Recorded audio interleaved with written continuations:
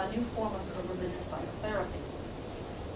These Protestant ministers arguably reconceived their purpose from dealing with sin to healing sickness through a new focus on the interconnectedness and interdependency of what Toronto professor Pamela Klassen has called the holistic trinity: body, mind, and soul.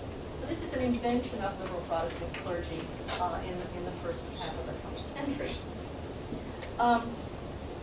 American religious historians see this development as a movement within the Christian churches, away from a religious life focused on salvation to one focused on self-realization. But this new therapeutic religion, I think, the one that we're seeing here today, is related to and extends in various ways other alternative spiritualities as well, both of the Eastern and of the more homegrown varieties, both of which have a long history in North America. And it has also converged, I think, with criticisms of American medicine and the sort of over-scientization of American medicine from within medical fields. So for those who practice this new pastoral care, spiritual health is understood to be a necessary, integral, and universal component of good health care. And human beings, all human beings, are understood to be spiritual as well as physical. So according to the VA, pastoral care is a relationship characterized by expressions of compassionate care, including spiritual counseling, guidance, consolation, empathetic listening, and encouragement. And the term spiritual refers not only to the practice of a philosophy, religion, or way of living, but also to that which gives meaning and purpose in life. The VA states further that untreated spiritual injuries can hinder a person's ability to get well and can cause a person to lose the will to go on living, feeling hopeless in life with no vision of a future that they can see as worth living. VA chaplains are trained to ensure that the patient's spiritual care is appropriate for his or her unique needs and is integrated into the patient's overall treatment plan. This interdisciplinary, holistic model of providing health care, including mandatory spiritual assessments of every incoming patient, is the accepted norm in the U.S. medical industry today and is required of all hospitals by the Joint Commission on Health Care, an independent, not-for-profit, nationally recognized organization that evaluates and accredits healthcare organizations and programs in the United States, including the VA. To achieve accreditation by the Joint Commission, a healthcare provider must demonstrate that it considers the cultural, psychosocial, and spiritual values, beliefs, and preferences of each patient. This, if you take this seriously, this is an enormous task. I mean, for those of us and you who study religion, I mean, they're undertaking, whatever you might think about this, an enormous task, because they really do understand themselves to be able to diagnose and deliver this kind of health care, the spiritual counseling and spiritual care within an enormously diverse religious field. I mean, they would like to think they're doing this in a way that takes account of each of your particular religious needs, whether they come from traditional religious orientation or any other, that they ought to be able to provide this kind of tailored care for you in a completely holistic way that attends to you as an individual. It's an amazing undertaking in some ways. Although I think the way, in fact, it's administered is in this kind of homogenizing, almost mesmerizing. As I read these words, I assume your minds go blank. What is this that's going on here? What is this sort of airy-fairy spirituality, and how does that relate to religion? So, who does this work? And how are they trained? Chaplains hired for U.S. government chaplaincy jobs, such as those at the VA, are generally required to have 3 credentials: the Master of Divinity degree from an accredited institution, a certain number of CPE credits, and an ecclesiastical endorsement.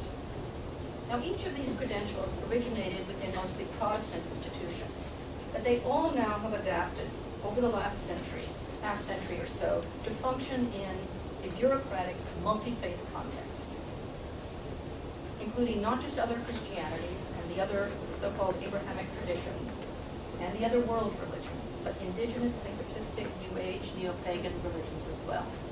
So these chaplains are trained and understand themselves to be working in the most diverse religious field that you can imagine, and have the capacity that they have something to offer across this whole field. So the MDiv degree is a terminal professional master's degree. It's offered both in the U.S., both by seminaries and by universities, both formally secular universities as well as religiously affiliated ones. And the programs of study promise preparation for often for both traditional forms of ordained ministries as well as a whole range of what they call non-traditional ministries and chaplaincies. Now, this degree, the MDiv degree, is formally recognized, of course, by the United States Department of Education, which recognizes all post-secondary degrees. And the MDiv degree is listed on the U.S. Department of Education website. And it lists also then accrediting agency, which are qualified by the United States government as reliable authorities concerning the quality of education or training offered by the institutions of higher education that they accredit.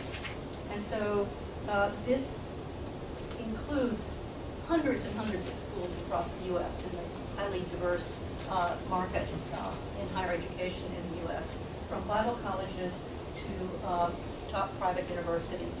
The MDiv degree, though it's in a sense, though, there's kind of standardization, as you see, that's coming here from this partnership between accrediting agencies that accredit universities and the government kind of endorsement of the work that they do.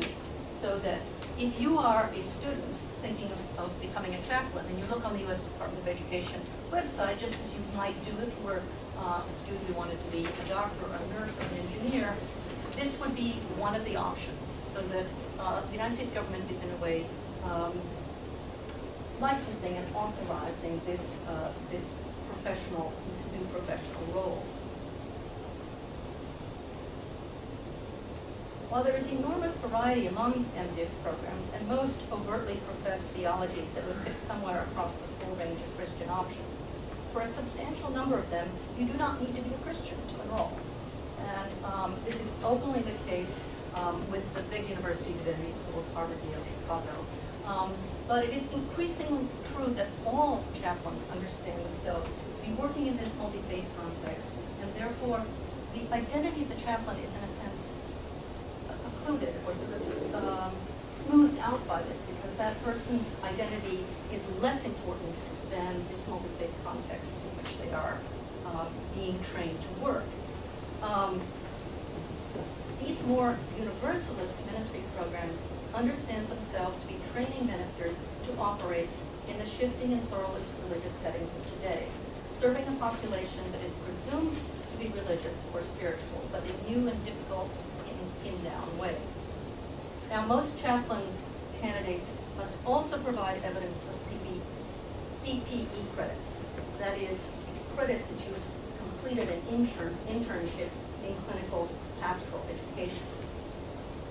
So clinical pastoral education, which is run by a group that is the sort of descendants of this group of ministers in the early 20th century who invented pastoral care, provides these opportunities for ministry students, no matter what your religious faith affiliation, to work in hospitals and other social service settings to develop this capacity for what the CPE calls sitting with patients.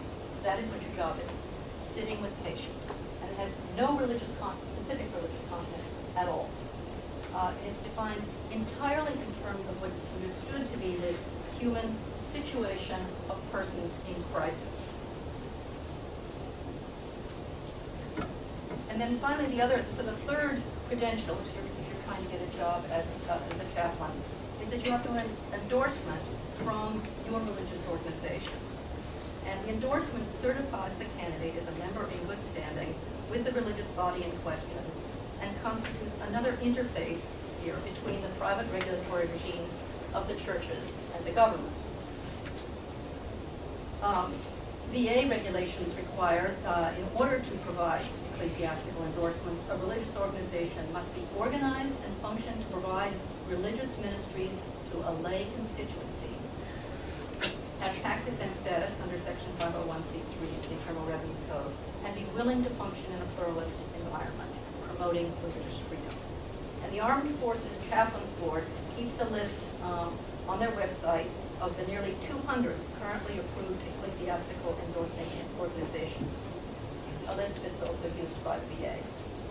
It's a curious group, including Baptists, Buddhists, Muslims, Jews, Native Americans, Quakers, lots of Pentecostals, every possible kind of ecclesiastical and quasi-ecclesiastical body. So your endorsing organization could be the Presbyterian Church USA, or it could be Camelback Church, or it could be the Holiness Church down the street. I mean, it could be, or the Buddhist Churches of America. It could be any group that can fill out a government form and become an ecclesiastical organization. There's enormous equality and in the U.S. context. It's hard to exaggerate the extent to which the church that we might organize this afternoon is, in the eyes of the law, just as good as the Roman Catholic Church. I think that is different from the Canadian context. Really, they're all equal. There's nothing better about the church because it's existed for 2,000 years. And each of them, as you see, then through this bureaucratic management of religion, then develops this sort of equal status as an ecclesiastical endorser.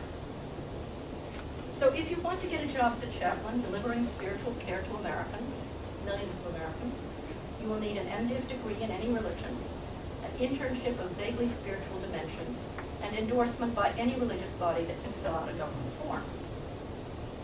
Now these chaplaincies are proliferating not just in hospitals, as I said, in the armed services, in colleges and universities, in government agencies, in prisons, in the workplace.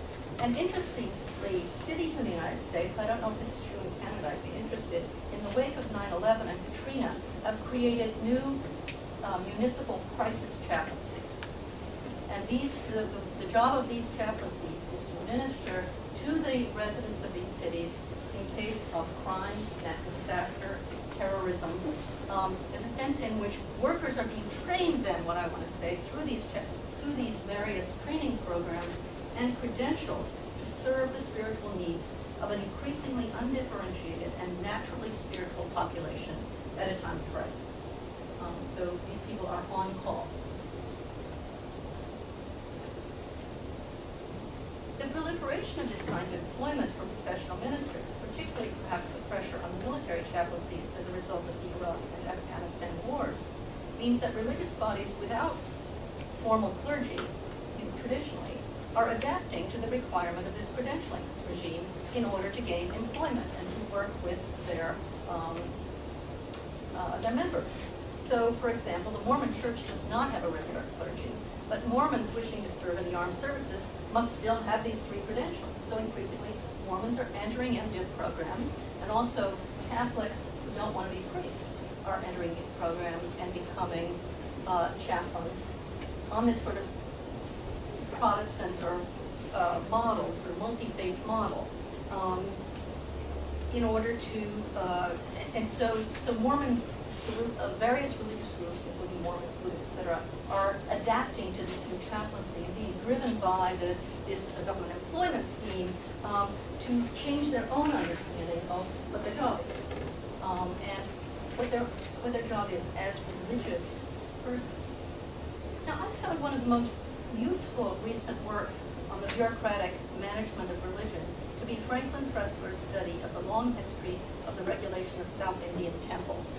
This may seem surprising to you, but I highly recommend this book. In his book called Religion Under Bureaucracy, Pressler convincingly argues that religion was transformed over the course of 400 years or so as management of these temples shifted from sort of the pre-colonial, pre-16th century relationship between the temple and the king, in which there was a kind of mutual legitimation and exchange between otherwise basically independent outfits. The temple providing a sort of template for divine governance, kind of legitimation for the king at times intervening in the management of the temple. And this,